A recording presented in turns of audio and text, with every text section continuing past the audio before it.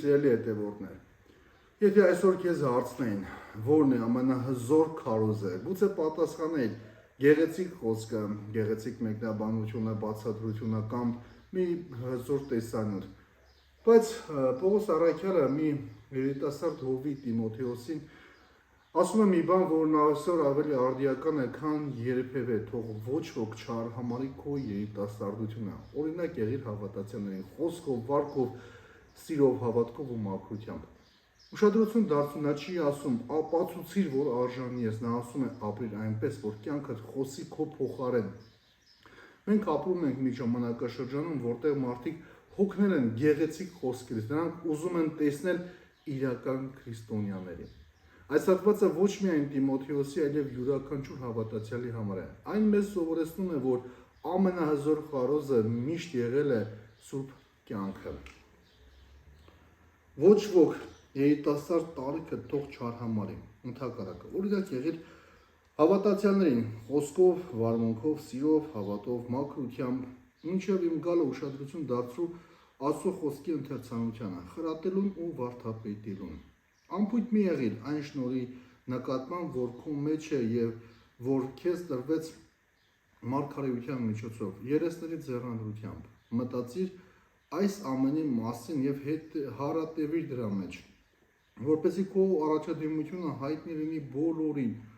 ուշադիր եղիր ինքդ քո նկատմամբ եւ քո ուսուցման նկատմամբ։ Միշտ մնա այդպես։ Եվ եթե այս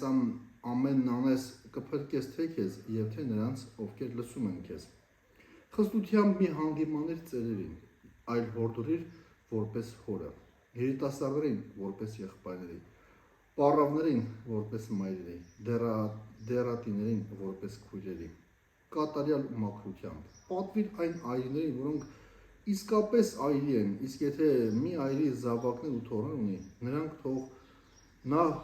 նախ թող սովորեն բարի վերաբերմունք ունենալ սեփական տան հանդեպ եւ փոխհատուցում տալ իրենց ծնողներին,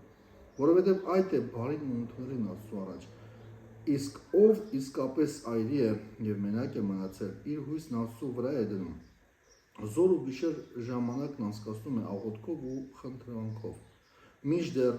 մեղքասեր այրին ողջ լինելով մեռած է։ Այս ամենը պատվիրիր, որ անարատ լինեն։ Եթե մեկը յուրայինների եւ մանավանդ ընտանիքի մասին հոգ չի տանում, նա հավատն ուրացած է եւ անհավատից ավելի վատ է։ Այրների թվում թող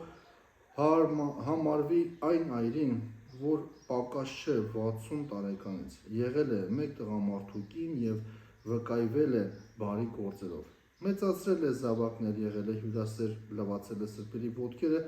օգնության է հասել նեղության մեջ եղողներին, ամբողջությամբ նվիրվել է բարեգործությանը։ Ամեն։ Թող ոչ ոք չարհամարի քո երիտասարդությունը։ Տիմոթեոսը երիտասարդ էր եւ հավանաբար հաճախ թերագնահատվում էր, բայց Պողոս Առաքյալը նրան չի ասում պայքարիր մարդկանց կարծիքի դեմ, նա ասում է ապրիր այնպես, որ նրանք այլևս պատճառ չունենան քեզ արհամարելու։ Հեղինակությունը չի տրվում տարիքով, այն ձեռք է բերվում հավատարմությամբ։ Այսօր շատ երիտասարդներ մտածում են, ես դեռ փոքր եմ Աստծուն ծառայելու համար, իսկ շատ մեծահասակներ ասում են, արդեն ուշ է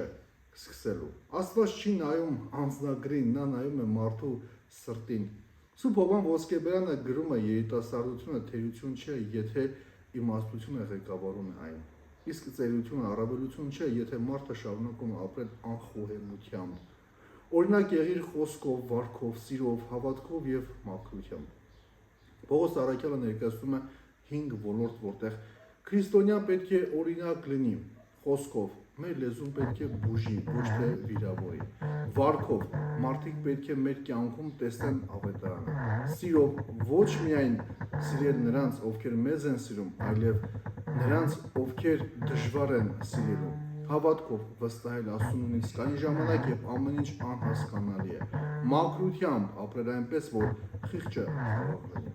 Այսօր շատերը ցանկանում են ունենալ ազդեցություն, բայց չեն ցանկանում լինել օրինակ։ Դրանք ցանկանում են, որ իրենց լսեն մարդիկ, բայց չեն ցանկանում այնպես ապրել, որ իրենց հավատքը վստահություն ներշնչի։ Զբաղվիր ընթերցանությամբ, հորդորով եւ ուսուցմամբ։ Պողոս առաքյալը հիշեցնում է, որ հոգևոր ծառայությունը չի կառուցվում միայն ոգևորությամբ, այն պահանջում է մշտական ուսուցում։ Այսօր մի քանի կարճ տեսանյութ դիտելուց հետո շատերը կարծում են, թե արդեն ամեն ինչ գիտեն, բայց Տիմոթեոսը շարունակում է, ասում է, Տիմոթեոսին ասվում է, շարունակիր կարդալ, սովորել, խորացնել գիտությունդ։ Սու Բաղսեղ մեծն ասում է, ով դադարել է սովորել Աստծո խոսքը, շուտով կսկսի սովորեցնել սեփական մտքերը։ Սա շատ լուրջ զգուշացում է հատկապես նրանց համար, ովքեր ծառայում են եկեղեցում։ Մի անտեսիր քո մեջ եղած շնորհը։ Աստված յուրաքանչյուր մարդու տվել է շնորհ, բայց Աստծո շնորհը կարող է մնալ անգործ, եթե այն չզարգացնենք։ Շատ մարդիկ ամբողջ կյանքում դժգոհում են, որ հնարավորություն չունեն, բայց իրականում նրանք անտեսում են այն, ինչ արդեն ստացել են։ Պողոս առաքյալն ասում է. զբաղվիր այս բաներով, ամբողջովին նվիրվիր դրանց։ Հոգևոր աճը պատահական չի լինում, այն պահանջում է ամանորյա հավատարմություն։ Սուրբ Գրիգոր Նյուսացին ասում է, Աստծո շնորհը սերմի է նման, եթե այն չմշակես, այն չի դադարի սերմնել, բայց երբեք ծառ չի դառնա։ Ձեր մարդուն մի կշտամբիր, այլ հորդորիր որպես հոր։ Առաքյալը եկեղեցին ներկայացնում է որպես ընտանիք, ծերերին որպես հայրեր ու մայրեր, երիտասարդներին որպես եղբայրներ ու քույրեր։ Սա նշանակում է, որ եկեղեցին կազմակերպություն չէ, այլ ընտանիք։ Այսօր մարդիկ հաճախ վիճում են, վիրավորվում, պառակտվում, նույնիսկ ամենափոքր հարցերի պատճառով։ Պողոս առաքյալը հիշեցնում է, ճշմարտությունը պետք է ասել, բայց սիրով։ Սուրբ Եփրեմ ասորին ասում է, խրատը, որի մեջ սեր չկա, վերք է թողնում, իսկ սերը նույնիսկ խիստ խոսքը դարձնում է բժշկություն։ Այրների մասին ուսուցումը։ Առաջին հայացքից այս հատվածը կարող է թվալ միայն սոցիալական կարգավորում, բայց այստեղ շատ ավելի խորը ճշմարտություն կա։ Պողոսը սովորեցնում է, որ իսկական հավատքը երևում է ընտանիքի նկատմամբ պատասխանատվության մեջ։ Եթե մարդը անտեսում է իր ծնողներին, իր ընտանիքին կամ կարիքավորներին, նրա հավատքը միայն խոսքեր է։ Այսօր աշխարհը սովորեցնում է մտածել միայն սեփական հարմարավետության մասին, ավետարանը սովորեցնում է ծառայել։ Սուրբ Օգոստինոսը գրում է, ով չի տեսնում Քրիստոսին իր կողքի կարիքավորի մեջ, դժվար է թե տեսնի նրան երկնքում։ Մենք ապրում ենք մի աշխարհում, որտեղ մարդիկ կառուցում են իրենց հեղինակությունը հետևորդների թվով։ Պողոսը հիշեցնում է, որ Աստծո աչքում հեղինակությունը չափվում է ոչ թե հայտնիությամբ, այլ հավատարմությամբ։ Քո կյանքը կարող է քարոզել նույնիսկ այն ժամանակ, երբ դու ուղղակի լռում ես։ Քո ընտանիքի նկատմամբ վերաբերմունքը, խոսելա կերպը, ազնվությունը, մաքրությունը, ծառայեցությունը ամեն օր պատմում են մարդկանց, թե ինչպիսի Քրիստոսի ես նմանվում։ Այս հատվածը տալիս է մեզ կյանքում կիրառել մի քանի կարևոր հատվածներ։ Նախ թույլ մի տուր, որ տարիքը դառնա արդարացում Աստծուն չծառայելու համար։ Ամեն օր հարցրու քեզ, այսօր իմ կյանքը օրինակ եղավ որևէ մեկի համար։ Զարգացու այն շնորհը, որը Աստված տվել է քեզ։ Սուրբ Գիրքը դարձրու ամենօրյա ընթերցանություն։ Խոսելուց առաջ մտածիր, խոսքդ բուժում է թե վիրավորում։ Ծնողներիդ եւ տարեցներին վերաբերվիր սիրով եւ արգանքով։ Մի անտեսիր ընտանիքիդ կարիքները։ Մի ձգտիր միայն հայտնի դառնալ, ձգտիր հավատարիմ լինել։